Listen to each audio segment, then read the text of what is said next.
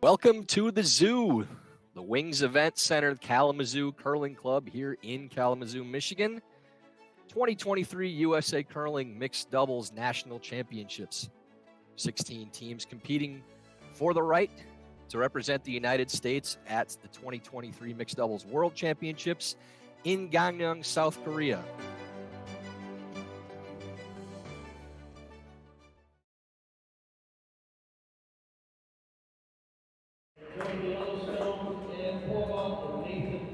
Here we have our standings. Looking at Pool A, Persinger Plies with that big win over Geving and Schuster. Undefeated at 4-0, Geving Schuster 3-1. Ryman Smith also, I believe, going to 3-1 that last draw. Fountain Cott 2-2. Hamilton getting the win to go to 2-2.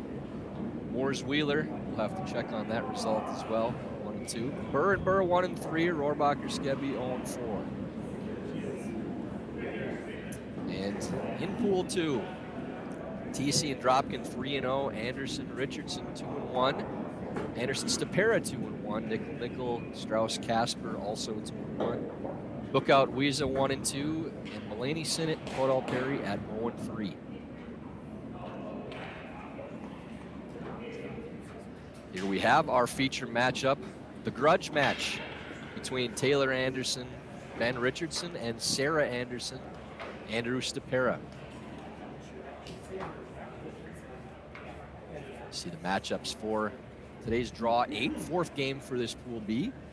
Again, our feature game on Sheet B with the Anderson sisters and their counterparts, Ben Richardson, Andrew Stopera. Sheet C, Strauss and Casper taking on Nickel and Nickel.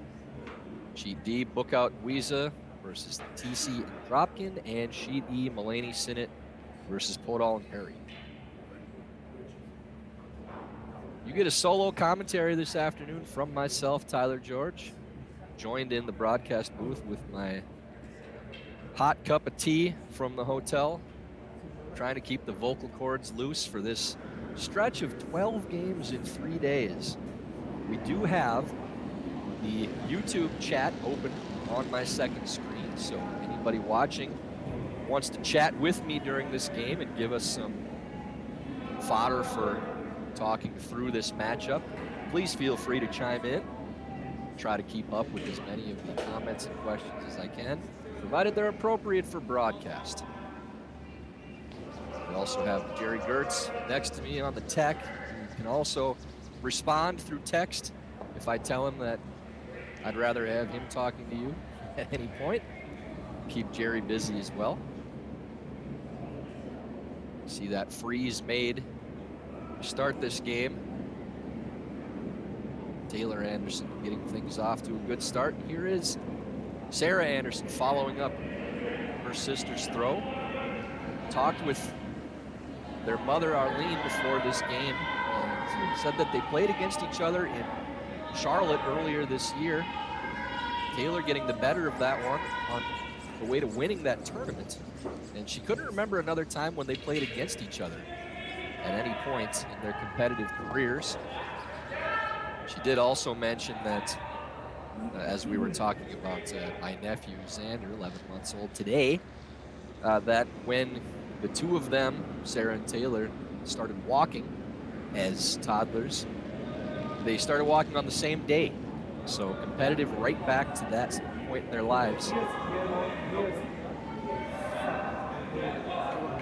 A fun one to watch today, and I'm sure a couple of conflicted parents, even though Wayne's in the coaching booth.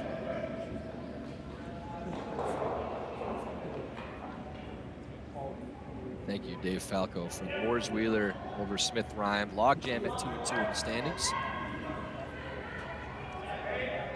Nice draw of the lid there for Ben Richardson. Give Ben a little pop that he's going to be making his celebrity skip debut at the House Parts Charity Tournament in Duluth, Minnesota in a couple of weeks. Looking forward to having Ben there. Those that are coming, I can guarantee a very good time at our event. Andrew Stopera trying to follow with this interim draw now. Playing to a corner freeze on rock on the button if possible.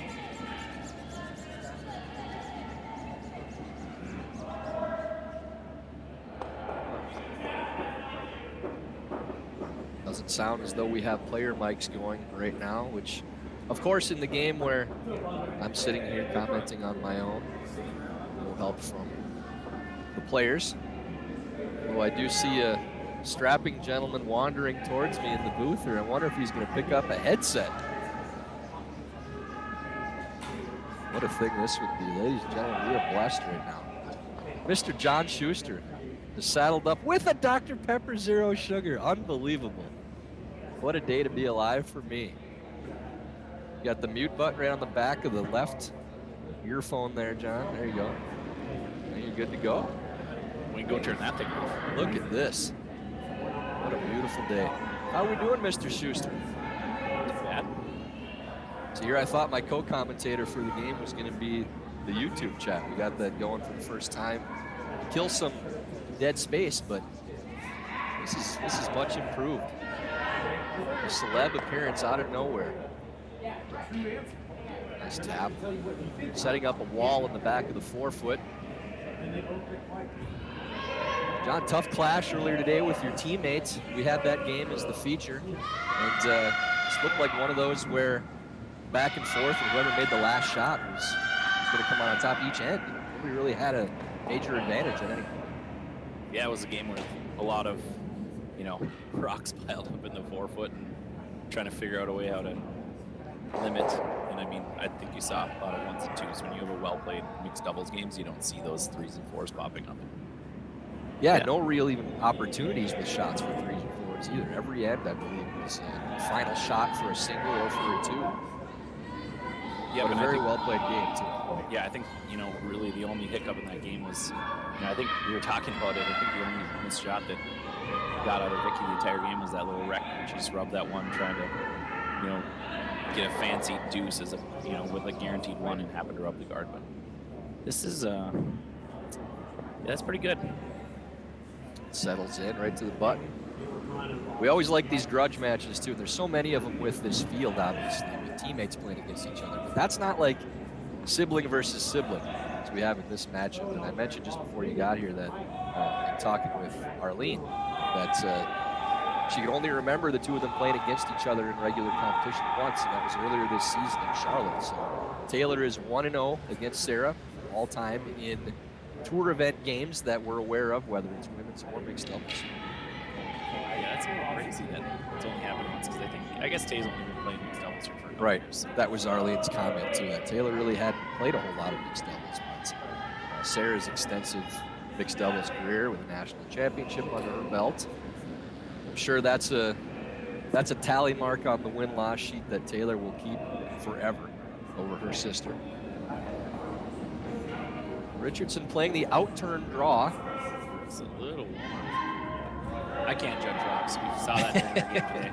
Well, you can kind of tell just from at least the broadcast screen if the weight is close based on where that break point is going. And usually it's been pretty close to right between the national logo and the Columbia logo when it starts to turn over.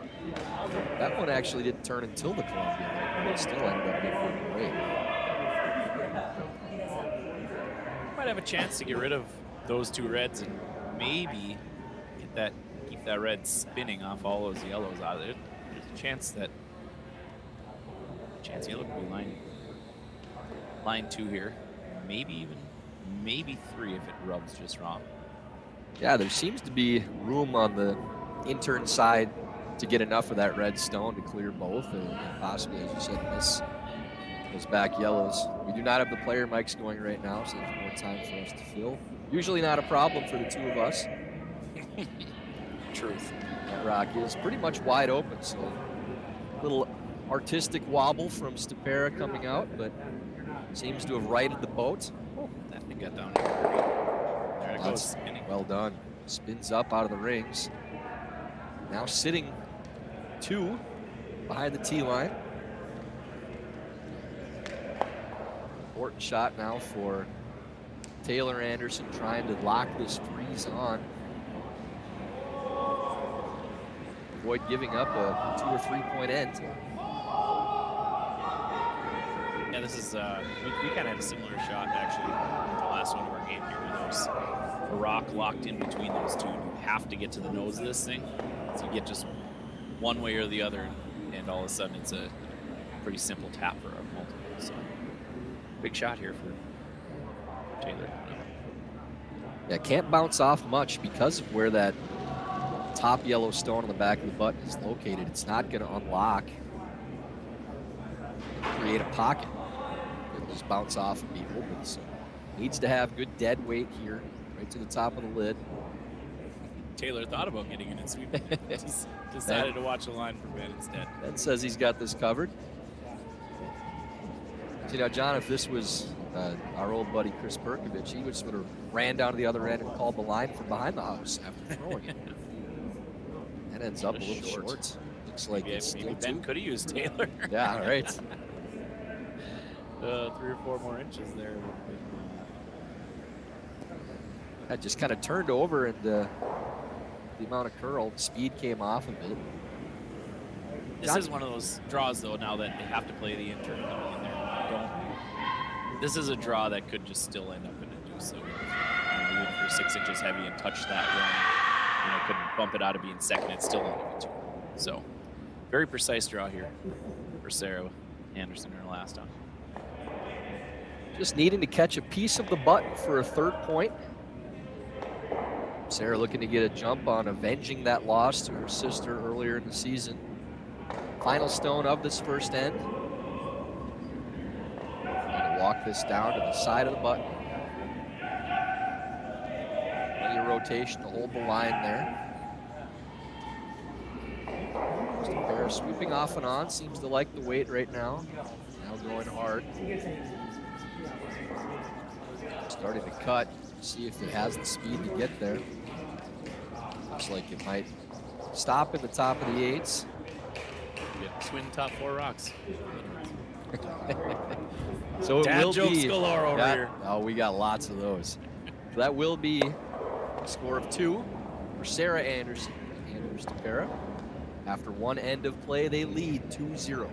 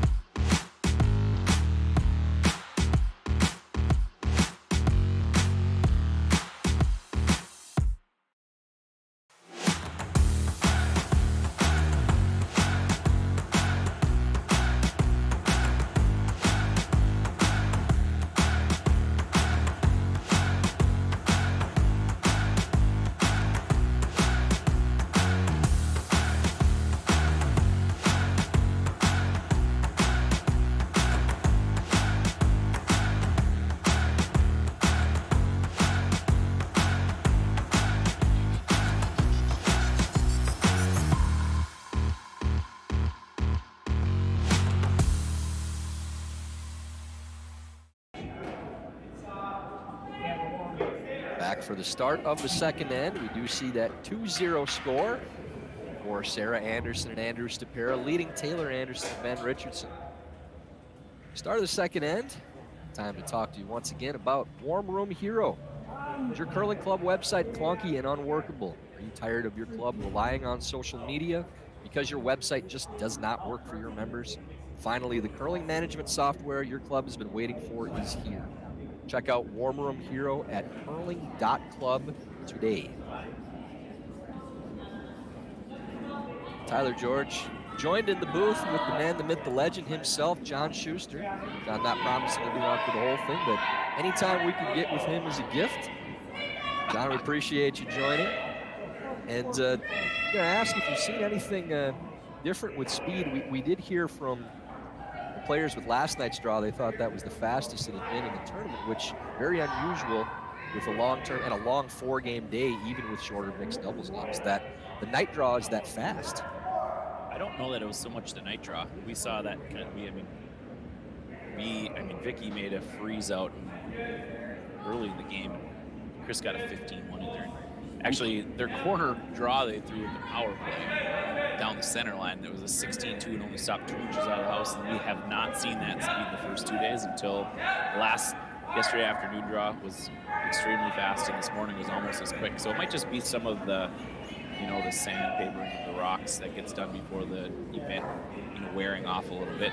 And talking to Kalamazoo members, they have a lot of speed in this club usually. So it wouldn't surprise me to see us in that 14-7 to 15 range for the rest of the weekend here, the rest of the week. Yeah, we did hear the same from Marcus Gleaton here in Kalamazoo, that the speed is not that unusual, but the amount of curl that they're getting is definitely different than what they're used to seeing. We haven't really seen a whole lot of swing side, straight side either, as we saw a little more of in Denver, where almost all the time it was going towards that wall side and getting more curl that way. But here it seems like it's pretty consistent on both sides. Yeah, I think at the very, very beginning of the team practice, the first 2 draws that first night, I think we were seeing a little bit of that over on Sheedy, and look at Sheedy the next morning, and you could tell that Mr. Wilson decided that he didn't like that and scraped that hill off that was down there on the boards on Sheedy, and it definitely was equal curl both ways. So that's just a testament to the ice crew that we have in this country to work out those kinks. And I know Denver is a little tricky, but by the end of the week, you could bury around a tight center guard either turn. It didn't matter. I mean, this straight side, we could put that in air quotes because there was still 3 to 4 feet in Denver as well. So yeah, we did talk with Sean Olison a little bit about the amount of curl that they got, especially for the first couple games of the tournament, that it was that weight sensitive ice where it really rewards that top 4 T-line weights, but punishes the back 12 back line weights. And he kind of smiled, and you could tell that was by design. They were trying to make it that way on purpose. So that's a credit to Sean, that even that little bit of difference between the conditions in Denver and the conditions out here are more suited to the mixed doubles game. Yeah, it's interesting to see where that break point is, right? You and I had plenty of conversations in our time together, which have continued on after you left us. So with my current teammates, but that's what's the best way to control rock down the sheet with a takeout. This is stuff people in the clubs can even take and use. It's like, okay, is some days it's normal weight and some days it's hack weight.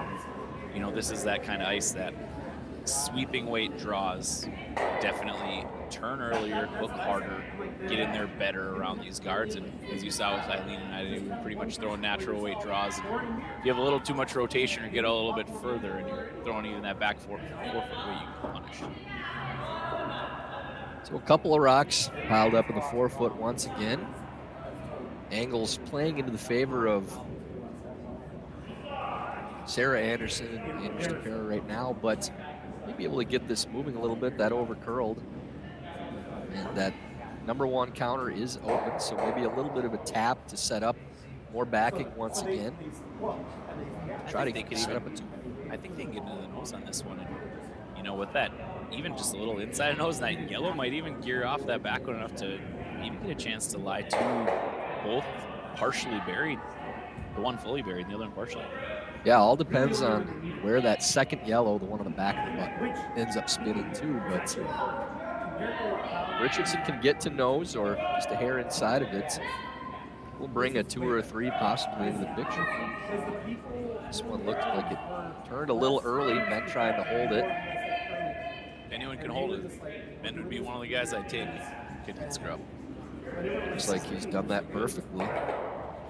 That's a really good shot. Looks like maybe just sitting 1, but good backing. Hard to get inside of that stone, as it's a rock higher now too for Sarah and Andrew.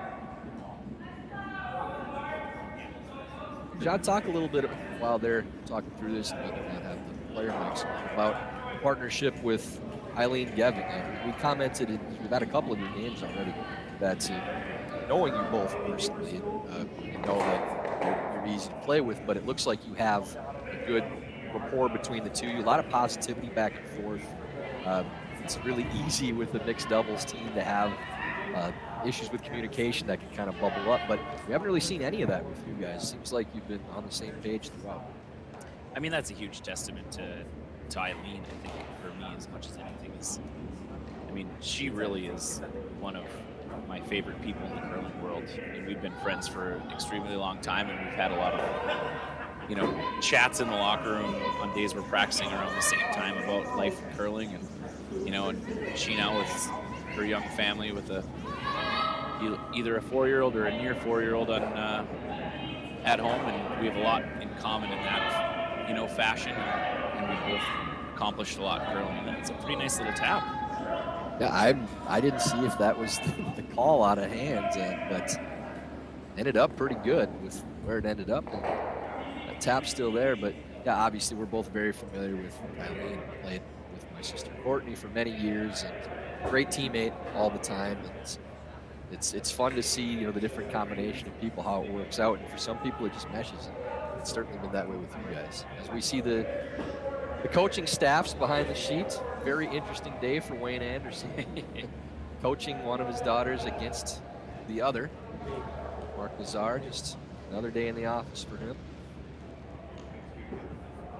Yeah, but I think that is the mixed doubles, thing, and I think, mixed doubles has actually, I think, benefited me a great deal since I started playing it.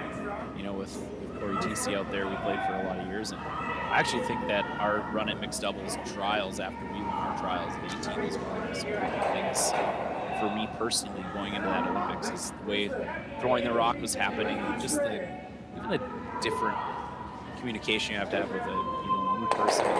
Sometimes somebody of the opposite gender, where they see the world and the curling world differently, was something I think, I've just, Corey and I had a saying that said, mixed doubles happens, because you're going to get the odd thing that happens in mixed doubles. That's a good way to put it. And that little bit of just that attitude is something that I've always tried to bring to the ice in mixed doubles. And this is, I mean, I've always said it was our insurance policy now that we had a second track to the Olympics, but I think it's more now for me, it's become a bonus. And we have so much fun. Like, we're staying in an Airbnb this week with another team with, Jason Smith and Kim Rhyme, and, tonight planning on going to dinner with, a couple of my teammates and their teammates and getting together. And that's more of, I think sometimes it makes me feel more like the Bonspiel kind of atmosphere, because you have so many teammates that are also now your competitors. Like, I know the Anderson sisters are battling it out on the ice right now, but after this game gets done and as stuff moves on, like,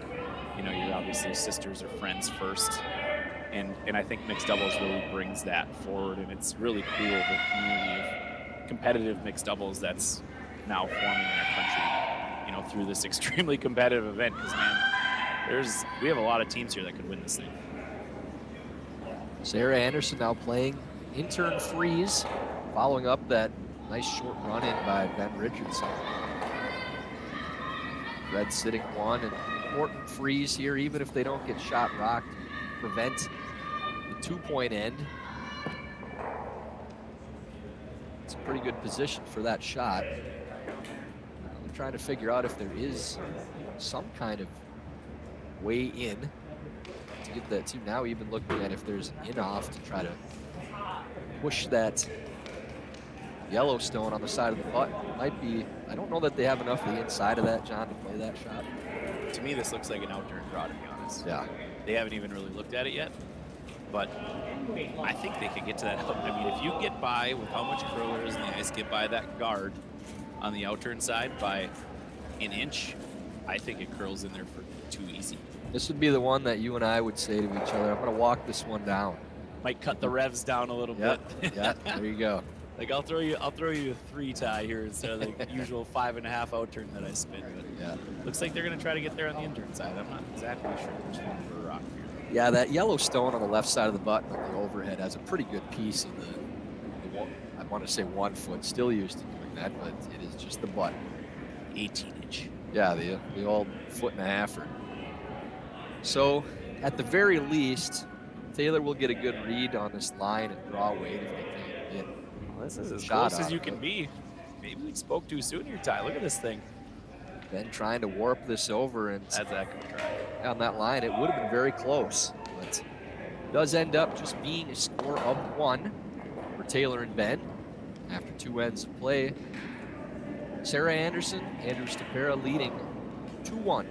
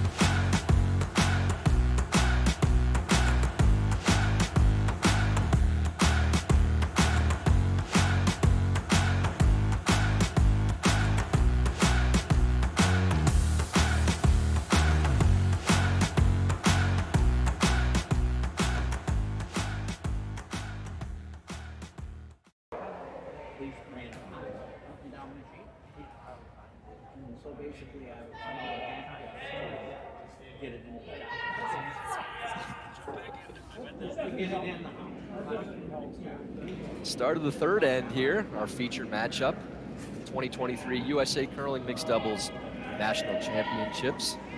Draw number 8 for this event, draw number 4 for Pool B. Family battle once again, Sarah Anderson and Andrew Stopera facing off against Taylor Anderson and Ben Richardson. Tyler George and John Schuster in the booth. Take a look at the scores from around the other sheets. Sheet C, after a 2-point end in the second, Strauss and Casper leading nickel and nickel 2-1. Sheet D, opening threes back-to-back by TC and Dropkin, really putting some good games together right there. They lead 6-0 over Bookout and Wiesa. And on Sheet E, after a 2-point end for Mulaney and Sinnott in the second, they're leading 2-1 over Putall and Perry. Good draw to the button to start out this end from Taylor Anderson once again.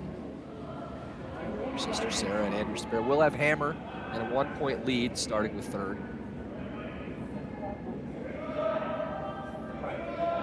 John, your teammate for this event, Eileen Gevigan, is focused solely on the doubles game. I'm not sure that we see an advantage over specialists that we saw when it started out. Now you're seeing players doing double duty more and more, but having a teammate that's solely focusing on this format, does that give you any kind of little edge that you have somebody you know is just focusing on that side of things, and maybe give you a little bit more info or input on what they're seeing from the doubles game? Maybe for some of those teams you're seeing in the world, like the Norwegians, or like Walker and Myers that are playing a lot more. I think there could be an advantage if you have people that were specialists that were out there and playing the big number of games that you play in mixed doubles. But we only played 2 events, and she played more than that with Team Anderson this year, which she really enjoyed. And I think there could be an advantage if that was the case, if both players were specialized in playing maybe 6 or 7 or 8 mixed doubles events. But at the same point, playing against Chris Blythe today, the shot-making ability that Chris has in that game, that Vicky, everybody on the sheet, you could be a mixed doubles specialist till you're blue in the face, but without that shot-making ability of the top players in the world, it's still a pretty big sneaky. Still, I think a pretty big, advantage for the best shot makers in the world playing. So, there could be if we just haven't seen it. I don't think quite yet. That run back by Andrew Stopera just shaves that rock by out of the 4-foot to the side of the 12, so also opens up the front. Good result there with hammer to open that up, take the center away, and move that counter out. So maybe a chance to move these around enough to get a multiple point end for Andrew and Sarah, but at the very least, giving them a much better opportunity to at least score, keep this lead. Yeah, it's funny when something like what just happens. It's like this is a classic regular curling end. You have a corner guard and a rock buried under it for the team with the hammer, and I think in regular curling you might not see this freeze little tap happening quite as much, because I think people sometimes get gun shy. But this is one of those things where I also think mixed doubles playing it a lot has changed for myself and Chris, even where we might have tried to bang our way out of an issue, where now we sometimes try to draw or guard our way out, just because we've done it enough in mixed doubles, and you don't generally get burnt too badly when you are adding a third rock into a pile, as long as you get decent position.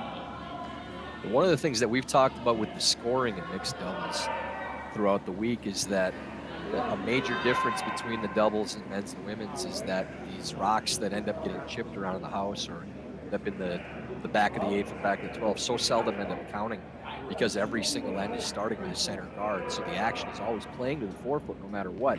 So whereas in men's and women's, where you might be trying to indirectly set up the big end by throwing to the wing or throwing to the back 8s or the 12s or something like that. Even if it's that sneaky play where you're not saying you're throwing it there, you can't really make those rocks count nearly as much in this, just because it's so difficult to move rocks around and unlock them in the forefoot with how few shots you have in play to make those rocks actually count.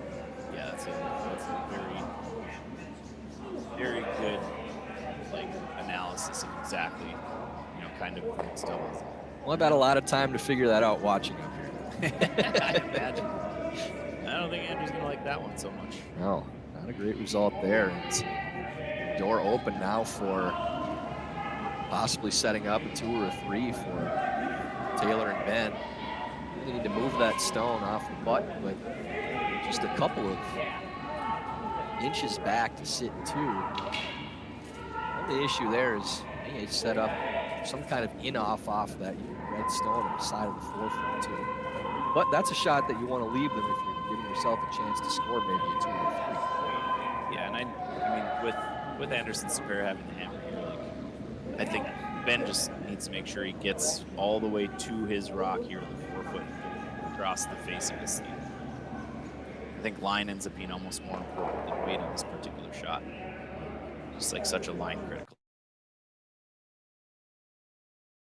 Last, missed by Andrew is because that outside track to the button gets beat up so much, and now the guard even moved over one rock and say, okay, I'm going to take a rock less of ice and catch a little bit of that fresher pebble, and you can look really silly sometimes. And I think that would be something you would not have seen out of Andrew playing in the men's game, because the sheet gets broken up down the entire side as opposed to one track getting rounded so much. Well, Andrew even made me look silly in the booth for a second too, with tapping that opponent's stone back. Made it look like that was the rock that was thrown as I looked away for a second. So I wasn't aware that Red was actually throwing the next rock at that point. Yeah. So yeah, that's one he really probably didn't like very much. But that being said, though, Ty, right here, this is the same kind of thing. Like, he got that to the position I think he needed to get it. And looking at it, because we're sitting level with the T line here, like, Andrew may be able to get the heat going, which I know he could throw plenty hard to kick that rock off the button. Maybe even he might be lying too frozen, buried if he throws it. I could see all 3 of these moving if it catches it right. It does move the top one off and sits second, third, and fourth. There is a pocket now for Taylor to lob this down and try to probably freeze on their own, or they could even just drill that yellow stone, possibly lose all 3.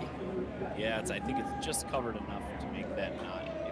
If she could see the edge of that thing, I'd all day make a draw against 4 and 2 on the button. But yeah, the overhead makes it look like you maybe have the inside, but then the view we saw from behind, it's a little buried. So they are playing this out turn freeze into that pocket. Make it good though, and it's almost a guaranteed steal. So big shot here for Taylor. Get back to level here with her sister. For Red in this end, looking to lock up the steal. Looks like plenty of line as of now. Taylor calling to make it curl. Pounded that out of the hand. I think that was something where I was getting caught with Eileen today, was hitting him weight out of hand, and then all of a sudden the curls, one rock less. All of a sudden, it opens the door a little bit here. Yeah, I think you can walk this down on the intern side to tap that rock back, at least for a 2, possibly even a 3. And another one that, kind of like we looked at the last end, John, where it's overburied, but because of how much it curls, really that guard's hardly even in play to get to 2/3 of that red stone. The question is, can you miss your own that's on the side of the button to tap that back at the right angle? Yeah, it's funny because you sit in the hack and look at this, right? And there's 0 hole there to get to that rock. I mean, it's even a negative hole where it's like the rock is even a pinch buried, but because of how much curl we're getting with even back forefoot weight, I mean, you look at that hole from the angle the rock's gonna be going in there, and it's a rock wide. So this is definitely there. And even if your weight's close, you should get far enough to the inside or yellow to at least get your one. Yeah, and that's the main goal on this shot is scoring. You already have the lead. The 2-point deficit on the other side of things really isn't that big a deal in mixed doubles, but just maintaining the lead and the multiple point lead for as long as you can in these shorter games is so important. So making sure of one is goal number one, and if they can get that line just right, walking through that hole, tap that rock back, could be as many as 3. And they did look too, John, at that red double. I'm looking at it from right here now. That might have been for 3 or 4. Yeah, you're going to lose 1, but even it if could still be for 3. Because that, the red rock over there in the side 8-foot next to the one you'd be running the double, and there's catching you too. Right. So final stone of this third end, in-turn draw for Sarah Anderson. Looking to score at least a point, and if they can get this line correct, one of those that you throw for tee and then sweep for weight if the line's right. This looks like it's got plenty of weight. So if the line's good, maybe a tap for 3. Line looks really good right now. It's got to curl just a little more. Looks like it's just going to be 1. Yeah, just what we talked about. Is it going to be able to clear their own stone? So maybe not quite there altogether unless you slow those revs down a little bit. Does end up being 1 for Sarah and Andrew. They maintain now 3-1 lead after 3 ends.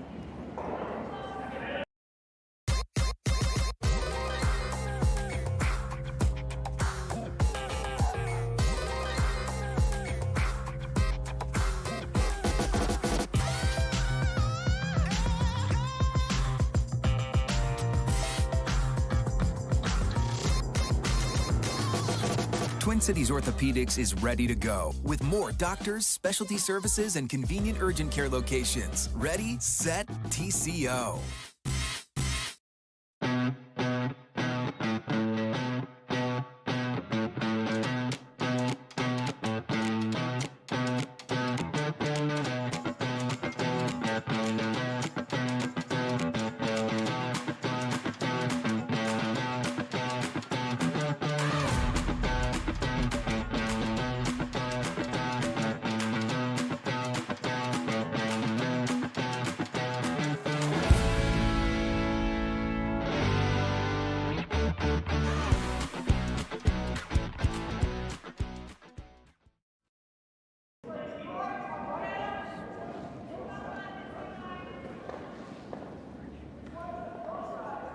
Beginning of the fourth end, our feature matchup, 2023 USA Curling Mixed Doubles National Championships.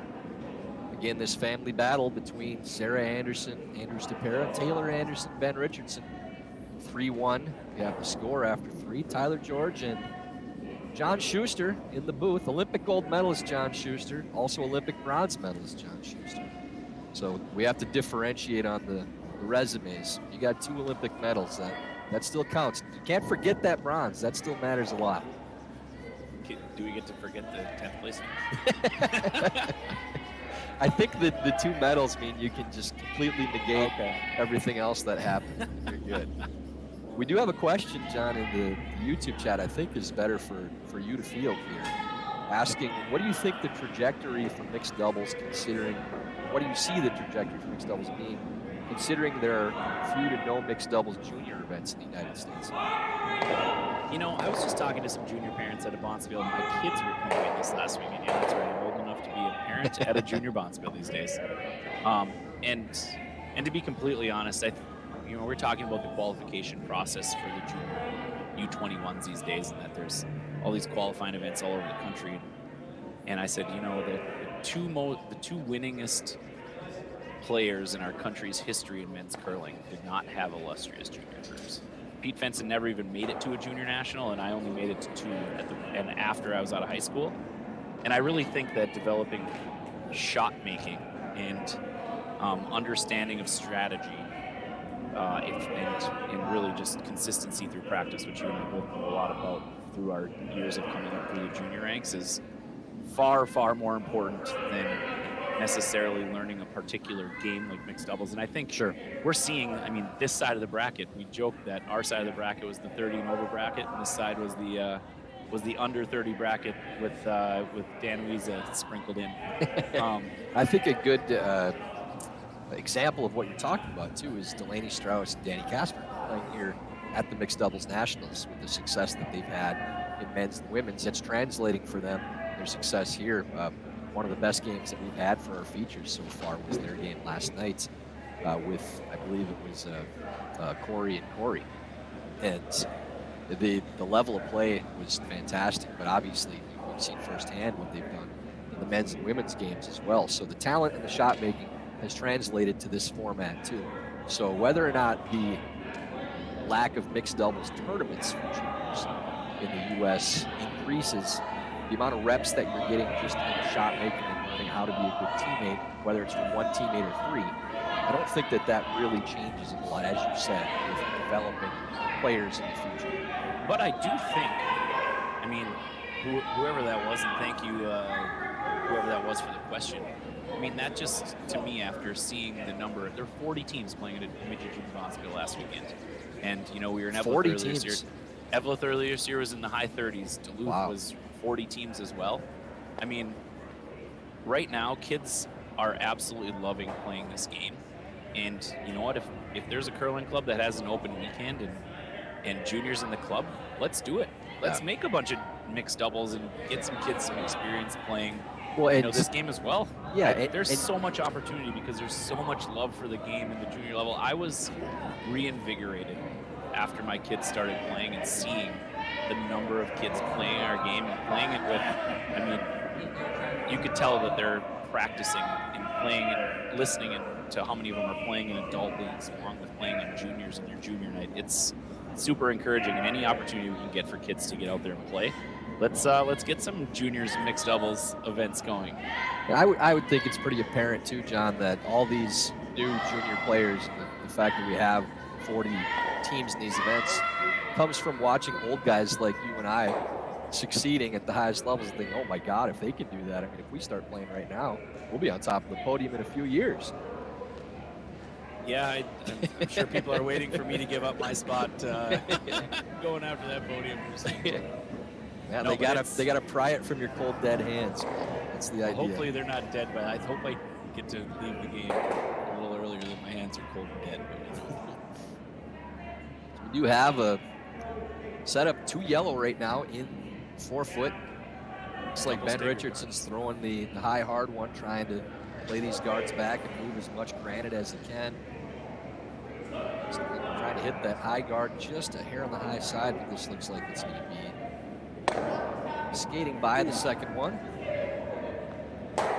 It's a great position right now for Sarah Anderson and Andrew Stopera with 2 stones underneath a guard and a rock on the top of the 8 foot. I think we had a technical timeout. Is exactly sure what was happening. If that rock went zipping by the guard and somebody caught it before it got back to maybe one of those back ones, or what happened? It'd be hard to see if like that actually could physically hit any other stones in the house at the angle it went at.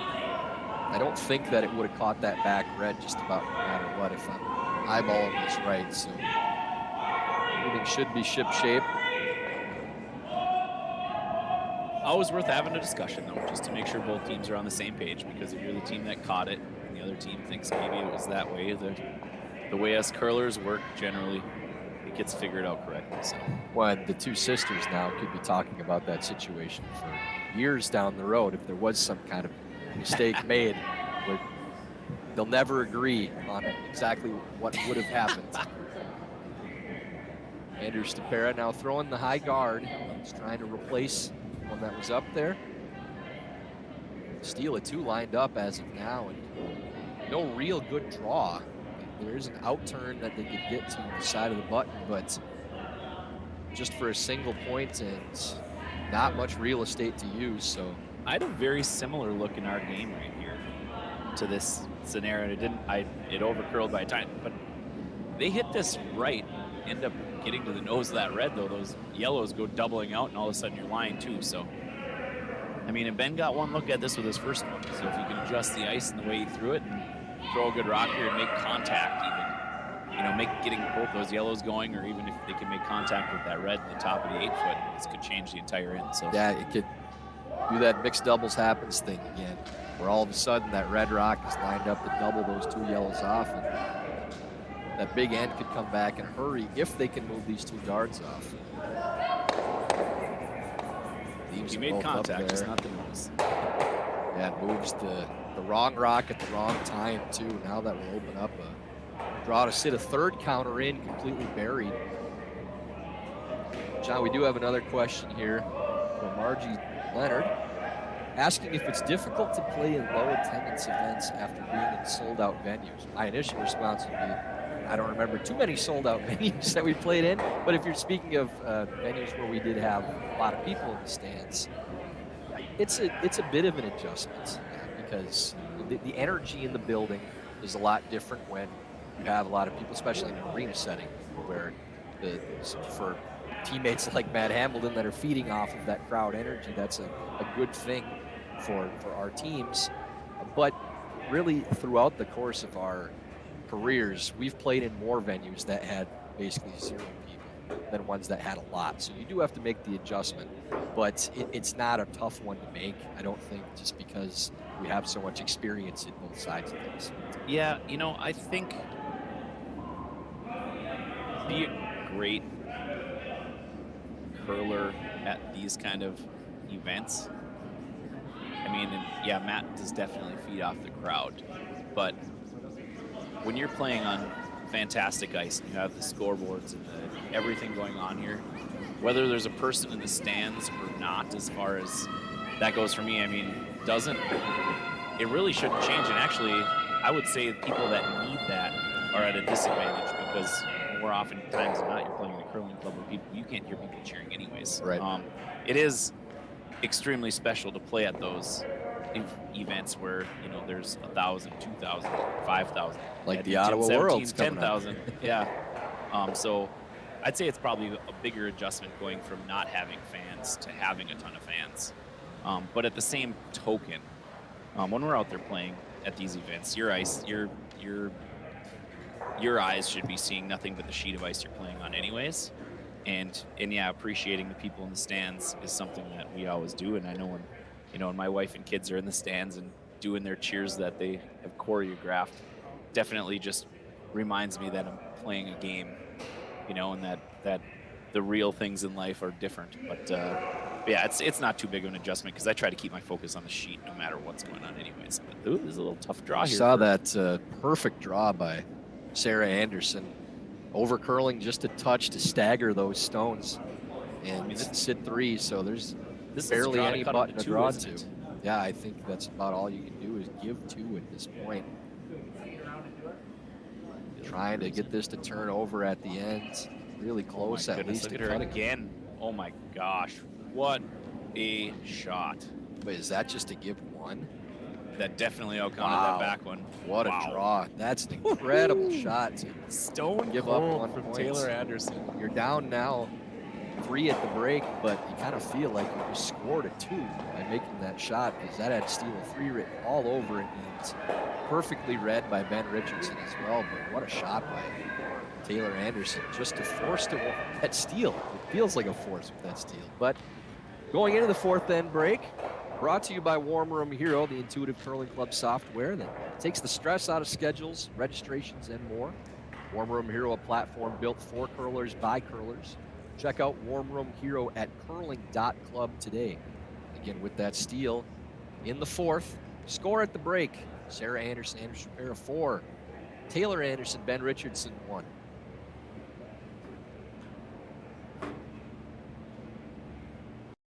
Let's say you're in high school and there's a sport you like, but sometimes you think, you know, it might be cool to try a new sport.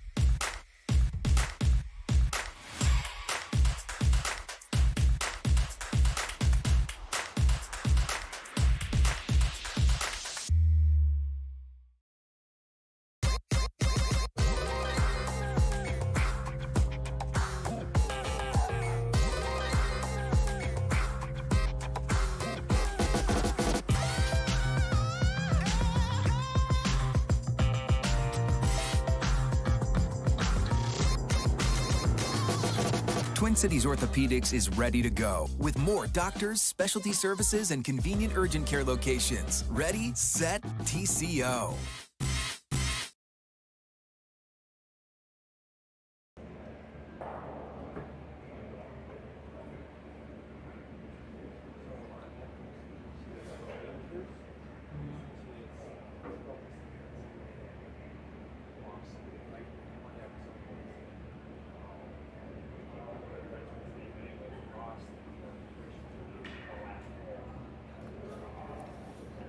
Fourth end break at the 2023 USA Curling Mixed Doubles National Championships. Tyler George and John Schuster here, taking a look around the other scores for this afternoon draw.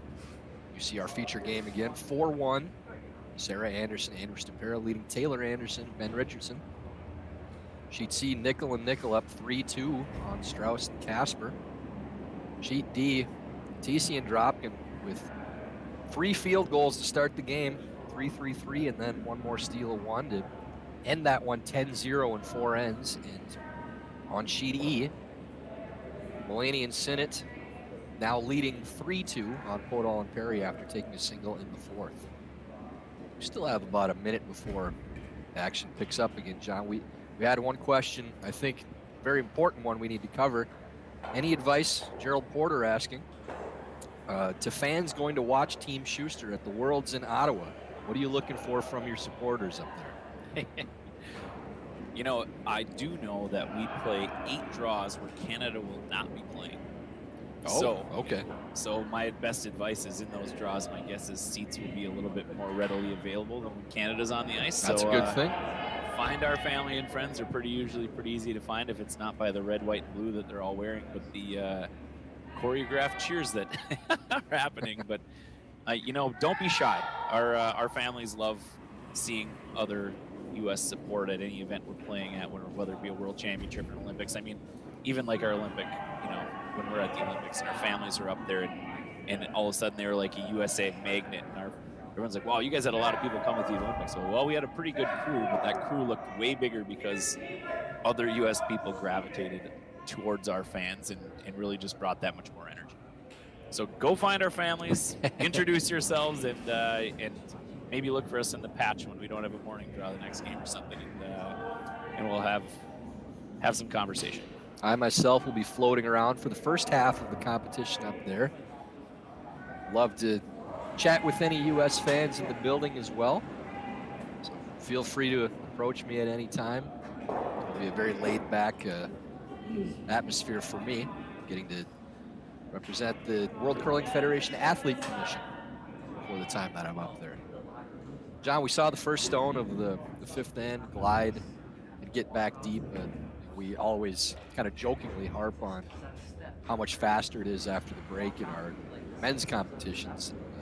They run the mop, but we've seen a lot of misses now in mixed doubles too, coming out of the break, where rocks are ending up a little straighter and a little faster maybe on these tracks. I have a new theory after this weekend. Okay. And I know John Landsteiner tries to fight it really hard sometimes even, but they pebble from the back line to the hack at the break at National World Olympic events. And I think that when you kick out of there, that fresh pebble actually has a little bit better glide at the beginning, and I don't think there's quite as much resistance when you're sliding. So you might actually kick the same and maybe be going faster by the time you get up to the ice that you've been playing on all game, and maybe that's the reason. Maybe it's not the mop. Everybody's been blaming that poor mop for all these years. Maybe it's not the mop. Well, anything we can do to take it off of the players themselves, you know, that's a good thing. So we'd like to blame the mop at the very least, but we could blame the pebble and it'd still be the same thing. Yeah, mop, pebble, definitely not the players. No, it is one of those things though where you get a 5-minute break and you know you kind of get your heart rate and everything kind of going, especially you know the people that are usually throwing that are you know people who are doing the sweeping and that kind of thing, and you get a 5-minute break where your body also kind of gets to that, and it might just be a little bit different kicking out of the hack after getting a 5-minute breather, you know, as opposed to I don't know. There's something though. There's something. So Anderson, Richardson now sitting one and trying to throw another rock down that path to at least guard that stone. Work on the angles, but ends up a little short at the top of the 8-foot, so out-turn draw now available for Andrew Stopera. Try to make this situation even more difficult for the counterparts. Apparently the mop effect went away already. Yeah. Yeah, well, I'm sure that's what he was thinking, throwing that shot, and that ends up short for Ben's sake. See both teams pretty good on time, right about pace for the game with 23 minutes starting out. And Andrew Stopera trying to lob this out-turn freeze that we talked about. Right down on top of that red stone on the left side of the button from the overhead. Gliding a little bit, hasn't really taken a turn yet. Trying to finish, looks like it's gonna bounce off a little. So there's a little space to get inside, and there's that mixed doubles situation once again where it looked like team Anderson Stopera may have the advantage and take control, but that little bit of tap off. Now the advantage back again to Anderson Richardson. They can get inside that, maybe set up a multiple point end to get back in this. And John, one thing that we've mentioned repeatedly too, that the striking bands on these stones are so live, besides the fact that the ice is fast and the houses are fast too. The freezes are so difficult to make to get them really close to these rocks and lock them on, because even the tiniest little bit of tap, all of a sudden there's still 6 inches of separation between them, whereas if you make that same shot on club ice or even normal tour ice, you're going to be almost locked on. Yeah. Man, I was actually thinking, Ty, if they hit this on the nose, you might all of a sudden see a scenario where red was lying 3 or 4. I think they might only be lying, it's probably just 2, but it didn't quite get to the inside. A really important shot now for Andrew. If they do have all of that stone, if he can nose this with Peel, I think all 3 of those may go. It's close to going between the 2 yellows. Might catch the back of that one, biting the back of the 4-foot. The biggest problem with throwing it with that much smoke is that those 2 yellows are out counting that top red, and that's that same rock that looks a little familiar in our careers probably, that maybe that top 8-foot rock. jumped a big end somewhere in our careers. I don't remember exactly how that worked, but you throwing this with smoke and you happen to catch the backside of that yellow, all of a sudden you're gonna have 1 lonely yellow in there and probably still have 2 reds and have that 3-point end that could even this game up. So I think he's just playing the role here. If he rolls, gets part of this tucked under here, it's still going to be very difficult for Anderson Richardson to generate more than 2 points here. So that's why he's playing it softer. It's like maybe control weight somewhere in there. Try to get to the inside and roll in, and possibly get shot rock at least a second.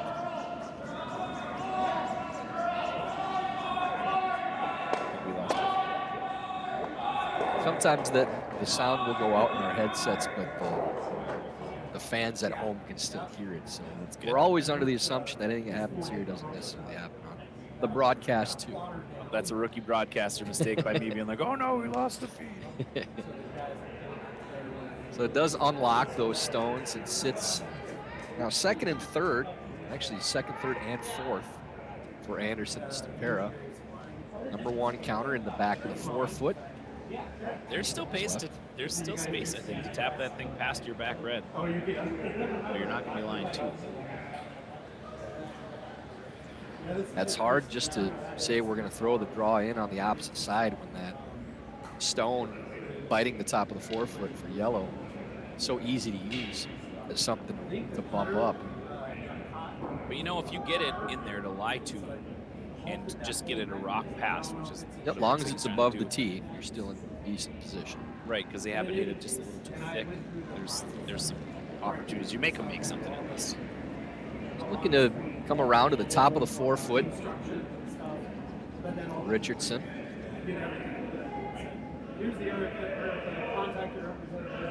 Taylor likes the weight. Starting to turn over now. Be gliding just a little bit. Need this to hit the brakes. Settles in back to their own. So now there's a in-turn freeze or out-turn tap. I would expect the freeze to be played so they still cover that opposite side up with the stone too. So important shot now. In-turn freeze for Sarah Anderson to try to put the clamps down on this possible multiple point end. A big swing on this shot. Just saw the line for Ben Richardson as well. This looks way easier from up here looking in from the side than when you look at the house or the. I mean, there's only a sliver of that rock chip. The amount of curl we have this week makes this very, very makeable. But it's sometimes sitting in the hack, this can be a little unnerving to know you have to be somewhat close to this rock in the top 8 foot.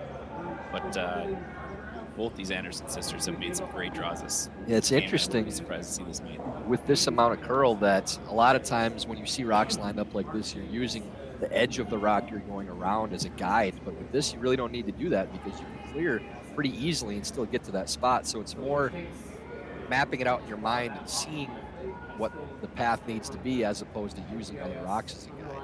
And that's really well done. Yes, shot rock. There is a slash double. Might be a slash quad for $1 million. Yeah, how many of those yellows will go? At the very least, those two, if they can pick that clean, would be score a 2 for red. Don't believe there's any danger at all. Even catching it really thin, probably moving that yellow stone off of the putt. Well, there might be some danger if you happen to catch it too thick. Too thick would have to stick on that back one. It'd have to be disastrously perfect. Or perfectly disastrous. Fun. I hope she hits this close. I'd love to see if she's going to scrape that one. If you even just touch that yellow back there on the way by, it'd be 3. Final stone of this 5th end. Taylor Anderson playing this out-turn slash double. Needs to get up just a little bit. It's very close. Boom. Oh, really well done. That is 2. Taylor and Ben climb back in this thing, and after 5 ends of play now, Sarah Anderson, Andrew Stopera leading Taylor Anderson, Ben Richardson 4-3.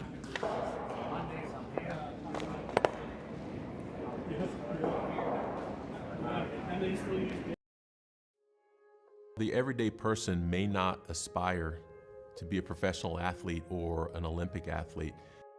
You may just want to be the best person you can be. You just may want to sleep better. You may want to feel better. Thorne has many products that can support all of those things. So it's not just about performing or running faster or jumping higher. It's those little things that go into having a higher quality of life.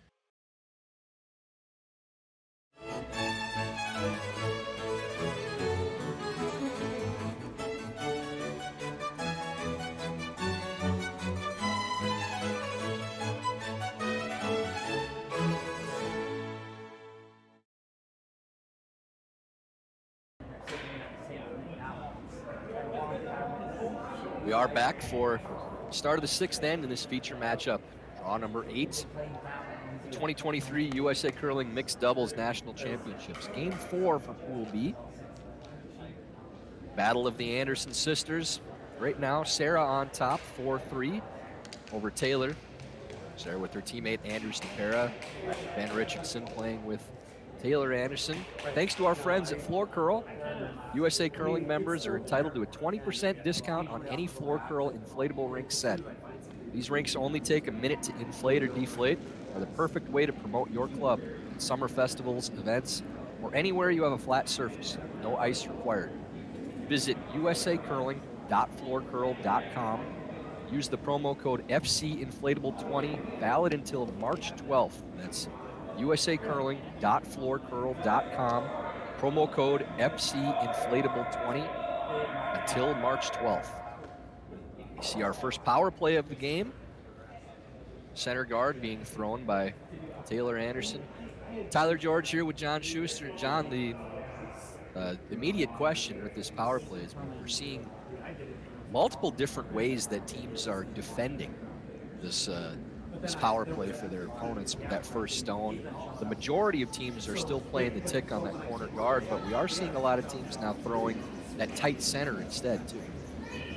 I think your defense of the power play depends on if the team that's using the power play is ahead or behind. If you see a team that's ahead using their power play, or a team that's behind trying to defend the power play, it's almost always a guard. And if a team that's ahead is defending the power play, it's almost always the tick. And I think the thought process behind that is, they have 2 rocks kind of buried under that corner now. And now this is like the big end versus the steal scenario, whereas when you're ahead, it's just trying to figure out how to not give up 3 and make 2 doubles, and you get a 4 side of the deal. So I think it usually, almost always, is a direct result of what the scoreboard says. And with this being the 3rd thrown stone of the end, be able to hit on the next shot. Now this is going to glide a little deep and kind of mess up what I was going to ask, but with that guard thrown where it was, knowing that your opponent can hit on the next stone after, maybe leave that guard a few feet higher so that if you do make the draw to the 4-foot, that run back is a little bit longer. Yeah, even with the amount of curl. That's the question for the ages. Is with this amount of curl, if you leave a mid-center guard up there, the diggability of any rock the opponent throws in there almost becomes a huge problem. But I think, I think a broom handle or so outside of the house would probably be an ideal scenario. It also makes it, I'd say harder to deal. But yeah, this is the scenario right now that we're going to see this entire end is, okay, we got around that center guard. The team with the hammer that has the lead and the power play is going to peel away at it. And then how are you going to get the steal it's really not in play unless you get a miss with the last rock. So it's trying to avoid the double for the entire end and not give up 2 or 3 and let the team with the lead extend their lead. So, throwing a guard, I don't mind throwing, I kind of like the guard here. I know they've kind of talked about maybe going over and freezing around those rocks. But I think I like the guard all the way until the middle rock throwers last, and then making that choice. I mean, you throw the guard 3 times. If they decide to dig it, you still have that guard to come around and get your force or steal. So it's still a difficult freeze too with where those rocks are set up. Exactly, and that's the importance of that amazing shot that Sarah made around that thing. Is if you make that, it just really even increases the pressure level on the team without the hammer and the power plants. When you make it as good as Sarah made that one to start this end. Yeah, that was basically hand placed to that spot. You couldn't ask for a better position. So extremely important. We're trying to set up a multiple point end and putting the pressure on the opponent, as you said. And having that rock in the back of the 8-foot makes this interesting because it's a decision for these 2 that we're seeing now up on the screen. If Andrew can bump that rock out, sit open, you're kind of saying, well, now you have to draw the 4-foot around that center guard against a 3 or 4. The only thing about that for me in this scenario is this still says peel to me with that rock in the back 8-foot all the way until the bitter end is like, you know what, place that last one, and even with a 1-point lead, you get forced to 1 with your power play. You're up 2, they have to power play you back. You hold them to 2, and you hammer the tie game playing the last end. So I do get it, and we've had this scenario happen, just in Madison, against Walker Myers, and we'd ended up with a hack waiter for, to end the game, but it was against the steal. Give them a steal, it, gave the momentum back. So I still think I like the peel in this scenario, all the way until, your last rock, and then try to place it where they're not going to. Andrew likes otherwise, so he's going to go try to dig that rock out of the back 8-foot. Yeah, it looks as though they awfully tight to the guard starting out. Maybe it's going to end up being a chip and try to roll into the rings. It's going to hit it. Yeah, that's not a good result there for Andrew. Leaving the guard up there, and Red already sitting 1, so ideal situation now for Taylor and Ben. Coming around that center guard, I'm pretty sure you'll see a run back attempt from Andrew on the next one as it's their guard too. But important rock placement now for Ben Richardson. I'd like to get this right to the top of the 4-foot. Even top 8, not a terrible result. But if you're playing for steal, you want this to be your steal stone right now. Yeah, I think that rock being back 8 foot is key. If that rock was at 4 foot, you'd have to dig it, then I think I'm down with digging it, but because it was so far back there. But nonetheless, Andrew's going to get a chance if Ben makes this pretty good to pick himself up with his next one. And sometimes the most satisfying way to pick yourself up is to throw one really hard, make a shot that way.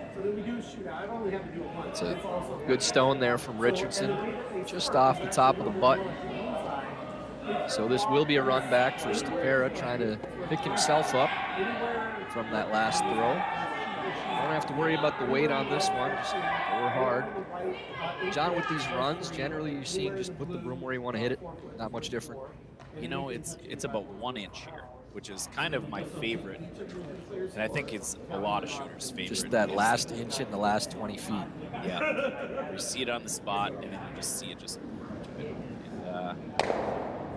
Does clear the top one, so not a bad result, but guard's still there, so you see this one replaced by Taylor Anderson, ideally. I think right again to the top of the 4 is where you want this now. Even if they can dig it out, I think you'd rather have this stone somewhere where they have to make a play on it with hack weight somewhere in there, as opposed to drawing the 8s and letting them draw the 4 foot with a shot that they've thrown countless times in this game. Yeah, 100%. If you can get this rock onto the button where they have to move it, really just brings up the level of difficulty and the pressure by which, you know, is going to be felt throwing the shot too. Yeah, that's the biggest thing too, is put it somewhere they have to move the stone. Don't let them throw the draw, even if it's drawing to give them. You're really playing for a steal of 2 at this point, putting it in a spot where they have to move. Line looks very good. Just gonna have to finish a little bit. It breaks a little bit for. Oh, there it goes. Yeah, that's gonna be really good. Man, and she made some great last shots this game. Taylor's at her weight, no question. That's about as good as you can do that one again. So now a draw to the button, and if you're gonna play it somewhere where the opponent has to draw, make him draw the lid. They do have backing to play against the 2-point steal, but it would be a big steal here for Taylor and Ben if they get it and take a point on their opponent's power play with their own power play still remaining as well. Yeah, this is that's the scenario, and I think, you know, that can't be overlooked in mixed doubles. You know, out there that plays little mixed doubles and has the ability to, well, in PO Rocks, this is exactly kind of disaster scenario. The power play is you have to score, you know, especially when and even one. You got to give yourself the easiest shot you could ever have to score the one, because a steal on a power play is just going to be really devastating, not only for like the scoreboard, but for momentum in the game. This one needs to hit the brakes a little bit or catch the side of that stone. Might get a little help with some brakes from the old redstone. There's the brakes with that red rock, yeah. But that's well called too on the line to use that for a stopper and get that important single point. So 1 for yellow once again, and Sarah Anderson, Andrew Stopera leading Taylor Anderson, Ben Richardson 5-3 after 6 ends. Just because you're not a professional athlete doesn't mean that you should accept less. The beauty about what Thorn does is our product quality is the same whether they're in the athletic line or whether they're just for the everyday person. Thorn has kept true to never compromising on quality, never compromising on efficacy, never compromising on safety for not only athletes but for everyone who would use their products.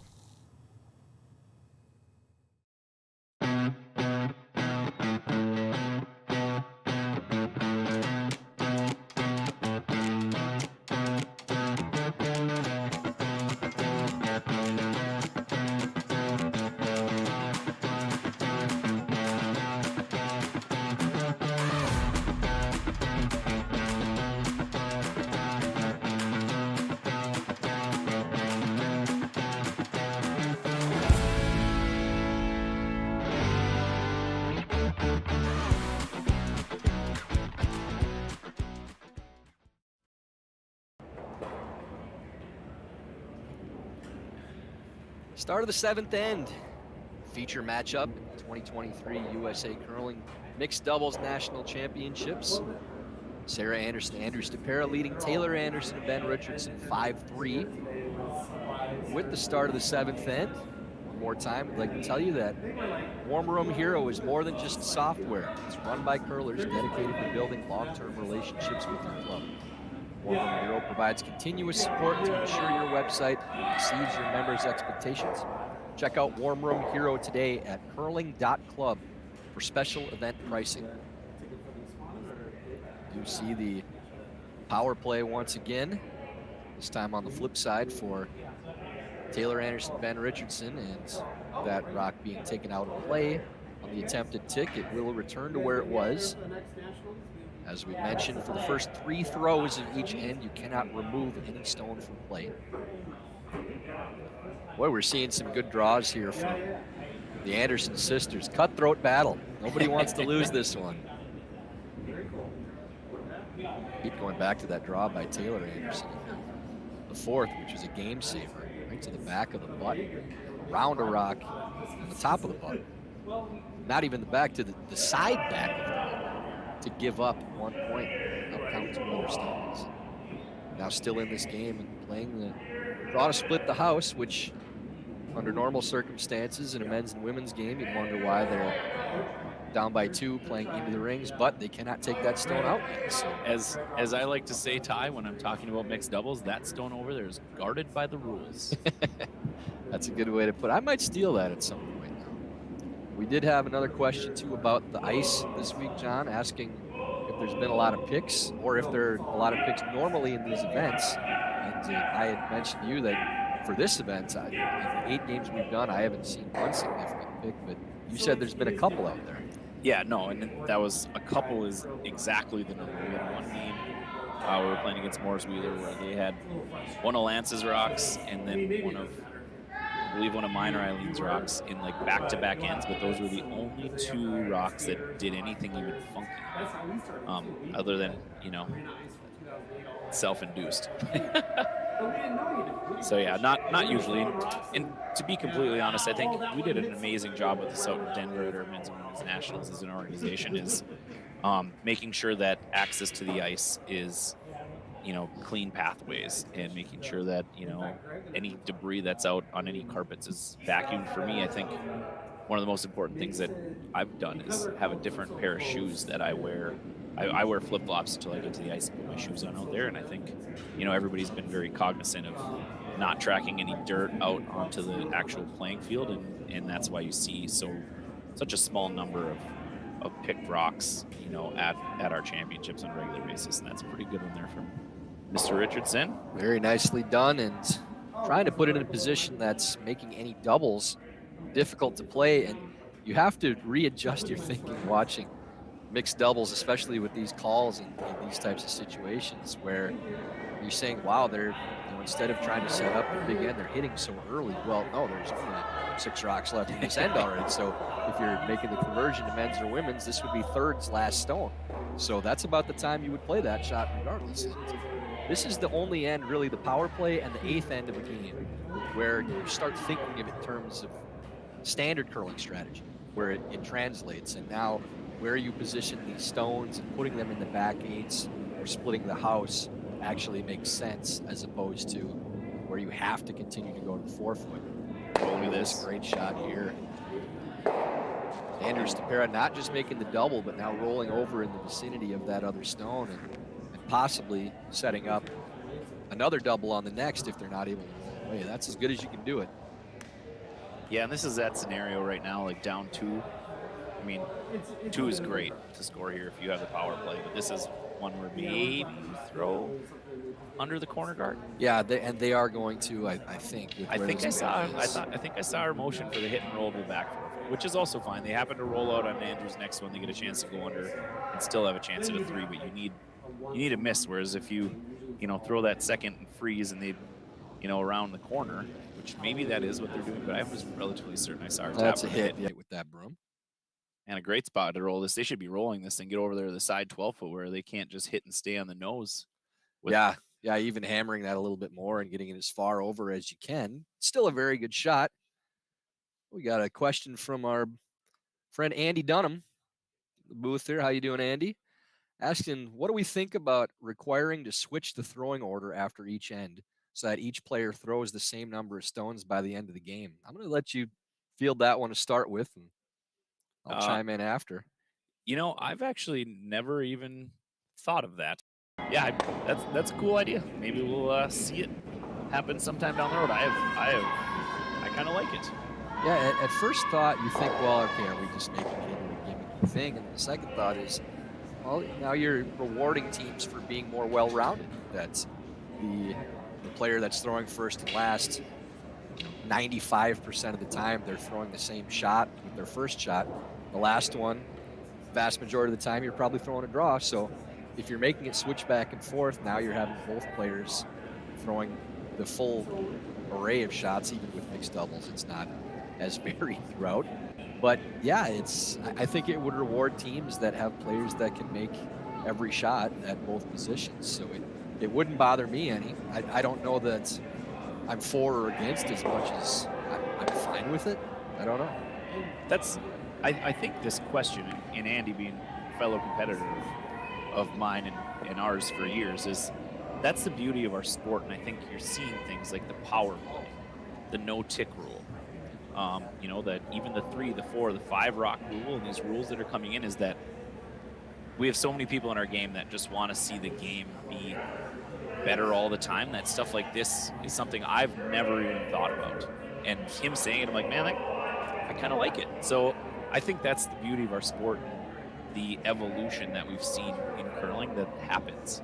And this is how it happens from conversations and yeah, that could be an awesome turn for the game and definitely provide a little more, excitement, and people that have to be a little more well-rounded and teams that have to be, theoretically more balanced. But I'd say that you have to be very, very balanced to win at this level anyways.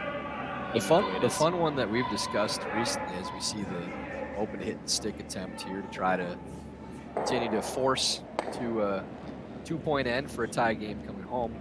The one that we've talked about with rules changes and formats is trying to figure out how to make the end of the game more exciting, because it's kind of anticlimactic when you play the final end, what you think is the final end, and then somebody scores one in a 1-point game and it goes to an extra.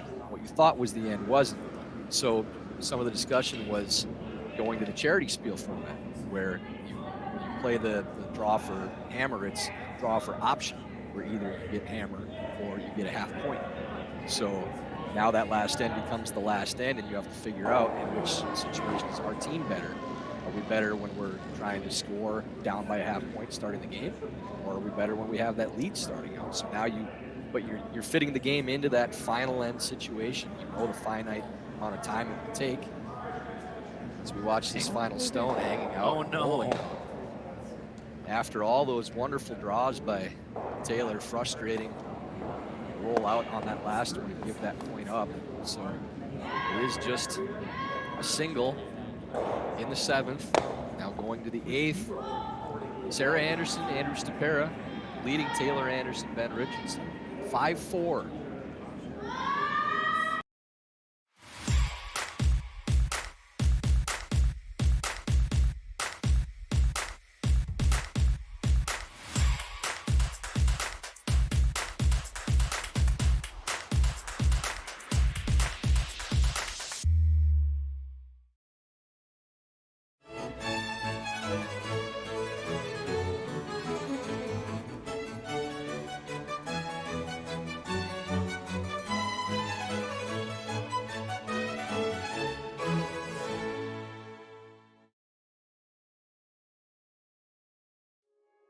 The everyday person may not aspire to be a professional athlete or an Olympic athlete. You may just want to be the best person you can be. You just may want to sleep better. You may want to feel better. Thorne has many products that can support all of those things. So it's not just about performing or running faster or jumping higher. It's those little things that go into having a higher quality of life.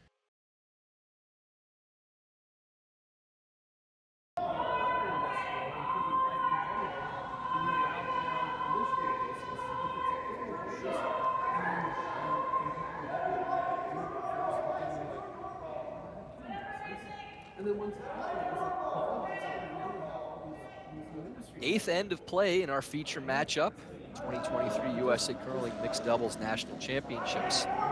Sarah Anderson, Andrew Stopera leading Taylor Anderson and Ben Richardson 5-4. Sarah and Andrew having hammer. John, I was lagging a little bit when I got up today after 4 games yesterday. And I thought, you know what, maybe I need a little coffee, maybe I need a little bite. What I really could have used was a little freshness from Tim Hortons. 2 for $6 breakfast sandwiches featuring fresh cracked eggs. I could have paired things with the new vanilla flavored cream cold brew, a little chocolate cold foam on top, or a vanilla flavored latte with chocolate syrup.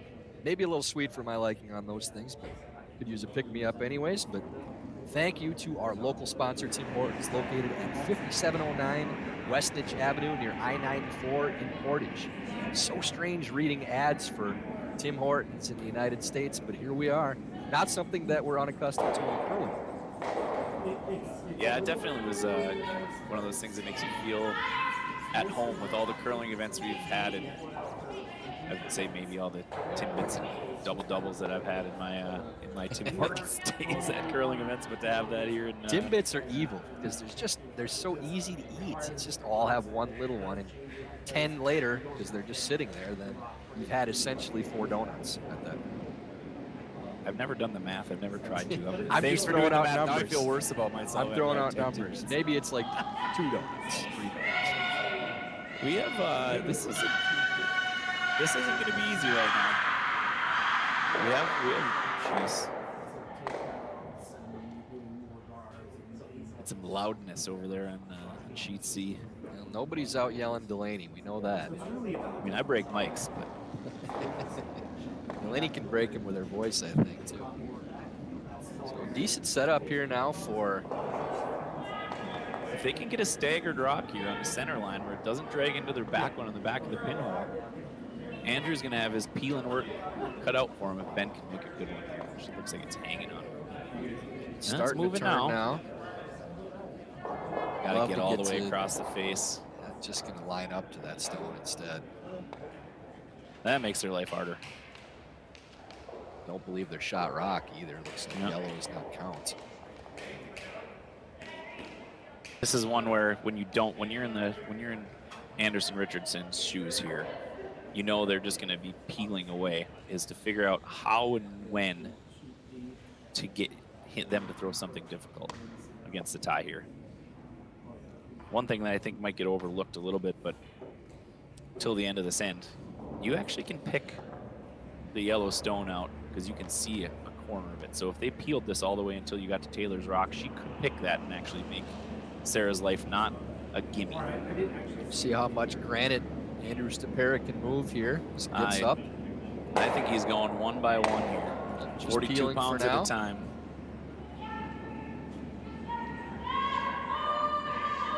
It'll be difficult to put them in a situation where they're looking at the loss unless they do play that pick later in the end. I think the way this is right now, especially with how hard and accurate that Andrew can throw this thing, I think you got to just make him use that hard, accurate peel to peel one rock at a time. So we're going to get a timeout. And they're going to get Wayne Anderson's take on this one. As we don't have player mics for it, we'll let Wayne take that walk. We'll take a look at the scores around the other sheets. Have what's that? Fire move so I can read that. Sorry. Strauss and Casper taking a 2 with the power play in the 7th to go up 6-4 on nickel and nickel. You may have heard some screaming a little bit ago. That was Delaney sweeping, as they had a shot for 5 on that final in the 7th, but did jam. Still a 2-point lead going to the 8th end. We did see TC and Dropkin with the 10-0 victory over Bookout and Weeza earlier. And over on sheet E, 4-3 now the score, with Blaney and Sinnott leading Portal and Perry, coming to final stone, I believe, of that end. That's a hit for maybe 3, I believe. That looks counting like them up. measures to me. Could be a triple measure. So we'll give you an update on that when we have it. We'll Nobody kicking anything out of play as of yet.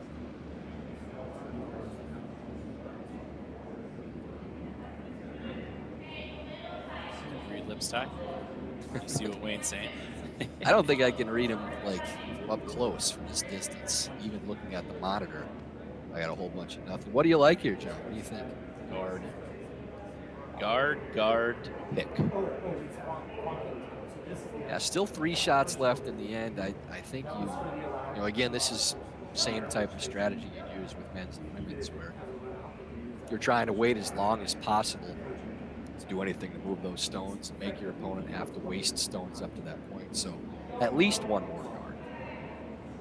Yeah, I just get nervous throwing a third one in there where almost no matter where you put it, it seems like your reds are all flying.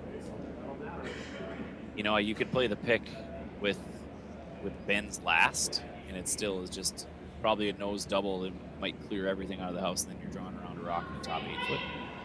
But I think they're looking at tapping some stuff around here right now, which I guess if you go tap and move that red to that back yellow, but again, letting Stopera throw 2 rocket ships down the ice in a row here. Yeah, that's the thing. Your chances. You're giving them 3 cracks at moving these stones around with no guards in play.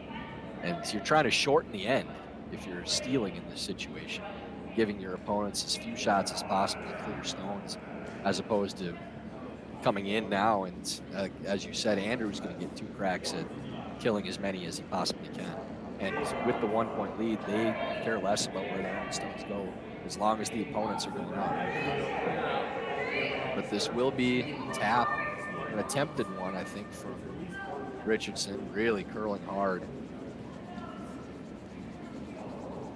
Not a lot of weight to move things around, so just going to chip to a freeze and sit next to it, and I think you'll see these 2 reds leaving the premises real quickly here from Andrew. There isn't a bad spot to hit on this shot, even if you somehow went through. You're losing at least a couple. And if you go through the port, you can pick your yellow out of here. Yeah, I'm just looking to see if it's possible to just pick that. Yeah, The shooter would leak. I mean, you could pick it, even catch it back. And but I think they're looking at hitting it this way, so it also moves the back red one off the button too. I'm not sure that that's necessary. I don't think it is either. I think it's just the. I think I'd rather have my yellow sitting in front of those 2.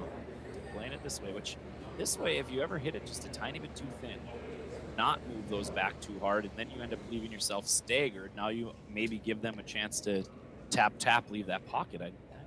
This wouldn't be the way I'd play this.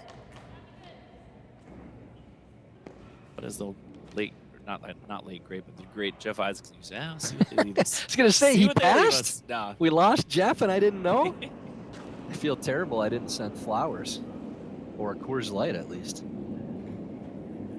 Intern peel weight from Stopera. Does lose the back one too, and now sits 2.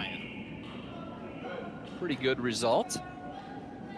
Sitting first and second. Red sitting third. And a yellow rock sitting 4th in the back of the 8 foot. So not a lot of danger now for Sarah and Andrew, and that's the idea. I think this to me says tap that rock in the top 4 foot to just behind the tee line, a little bit high, make them deal with your rock in a pair of pants back there. Yeah, you're just trying to set something up for your last now. There isn't anywhere you can throw this right now where they can't remove it. You can make it difficult by tapping that rock back and trying to stay between the 2 of them. So it's a setup shot. I think they talked about freezing on this one on the side 4 foot.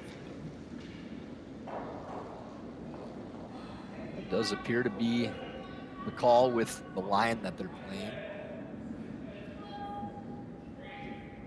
Yeah, they're over the M of the Columbia, which means it's coming over to the L. That could be getting it close to the center line. You really got to go for weight too. Even if you can just bounce that off here, if it doesn't bounce off though. Now that's going to make things difficult. There's a double there still, so it's not like you can throw it away. Good time for a timeout. Get Coach Lazar moving a little bit, get that blood pumping. Mark said he had to do a little stretching before he walked down the last time at a timeout. A little ginger walk down the path. I think I saw him grab the quad a little bit there. Yeah. Yeah, he's stiffened up for sure. He'll use that full minute. Good action shot at Coach Lazar.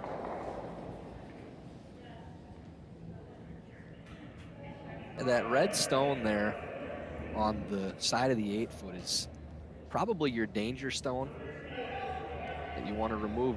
That's the in-off that they could use too if you ever left it there. Where are you taking away everything? I think if we hit it high, I think it still goes under that back one. If you hit the one that's in the top 4 foot zone. My thought was just to clear everything out of there and open up the entire 4 foot. But like you said, that might be your danger spot where they can now hit and roll over there and maybe make you. They're rolling off their own. You're still just. I don't know. I think. Well, John, if you ever just peel that red out right now and roll it, now they have to play the double on those 2 stones, and the shooter has to roll out. Now you got contact for the win, right? It's possible they could Pat Simmons that thing and somehow keep it the 8-foot line too. Yeah, you'd have to play it a little soft to make it, but you're rolling at least to the wing at best. Yeah. Aaron Arn in the booth saying, or in the message box, Coach Lazar is everywhere. That's not true. He's only in one place most of the time. Immobile out here trying to stay warm. Our friend Mitch Billings, ears perked up at the mention of Coors Light. No comment the entire game until the end of the 8th when the silver bullet gets mentioned. You could try one, Mitch. Let us know how it goes. It is Thursday afternoon. Did we see what they came up with here? I don't think I saw. Yeah, here's where the microphones help. But do not have. Looks like he's lining up to hit that one over the side. Might just be trying to roll right in there. Yeah, it looks like they are trying to keep it. We talked about playing this shot, but just rolling off. The only thing, you roll a little bit toward that center, and you might leave a triple. Yeah, you might. Yeah, you could line up the triple. That's not going to be an issue here, though. So it does roll off, which is what we were talking about just on the opposite side. Now, yeah, if you play that double, if you move them out of the 4-foot playing it soft, you don't have to kill both. You could sit 2 possibly. Yeah, I think that probably was your best result. Yeah, I think so too. I think right now they're grasping at straws here to not give them contact. But if you can push them out of the 4-foot and leave a wall of rocks back there, at least there's something to catch on. But it's hard to move. That one's going out probably so far out the side 8-foot for the back one to go far enough that it's probably just a center line side peel. They do need to make a decision quick, and they have now. Down to 45 seconds, so still plenty of time for Taylor to go through a normal routine and throw this. Trying to play the Simmons shot as we talked about, but with normal. I think they're throwing it harder. Referring to a shot Pat Simmons made on John and I in the World Championships in 2015 in Halifax. 9th end for 3. Near impossible shot. I believe the final in that game was 10-9. I think it was 11-10 in 11 I know we had 2 games in 2 years against Canada that had we scored 19 points and won 2. And that's gonna do it. Spills a whole bunch of granite, and Sarah Anderson evens the tally against her sister. 1-1 for their season. See if they get another chance at a game later in the week in the playoffs, but our final will be 5-4. Team Sarah Anderson and Andrew Stopera over Taylor Anderson, Ben Richardson. John, thanks so much for joining. A lot of fun going through these questions and covering a lot of ground in an hour-and-a-half period of time. I thought I was going to be on my own, and here we are. So a lot of fun. If you get the chance to come back in at any point, Want to talk some curling again, please feel free, but thanks for showing up. I always enjoy being on the mic with anybody, but especially you, Ty. So thanks for being here and doing that for all the people back at home as well. We do have a 4 o'clock game coming up now. This afternoon, we'll look at the standings before we get into tonight's feature, but Persinger Plies 4-0 pacing Pool 1 still. Geving and Schuster at 3-1. This is our feature game. 4 o'clock. John will not be joining us in the booth for this one as he's going to be very busy throwing rocks, taking on his former teammates. Because you're not teammates here. This is it. This is opponents now. They'll be joining back up for the World Championship soon, but a cutthroat battle in the meantime. And the standings in Pool B from the games we just saw now. A couple still going on, but TC and Dropkin improving to 4-0, pacing this field. And Anderson Richardson will drop to 2-2. There we have our update. Strauss Casper hanging on, going to 3-1 now. Taylor Anderson, Ben Richardson, and Nickel at 2-2. Bookout Wiesa at 1-3. Mulaney, Sinnott, Poto Perry still battling out in the 8th end on sheet E. So we will have that all-important feature game between the Hamiltons and Schuster and Geving later on. Thanks so much for joining once again. For Tyler George and John Schuster, we will see you later today.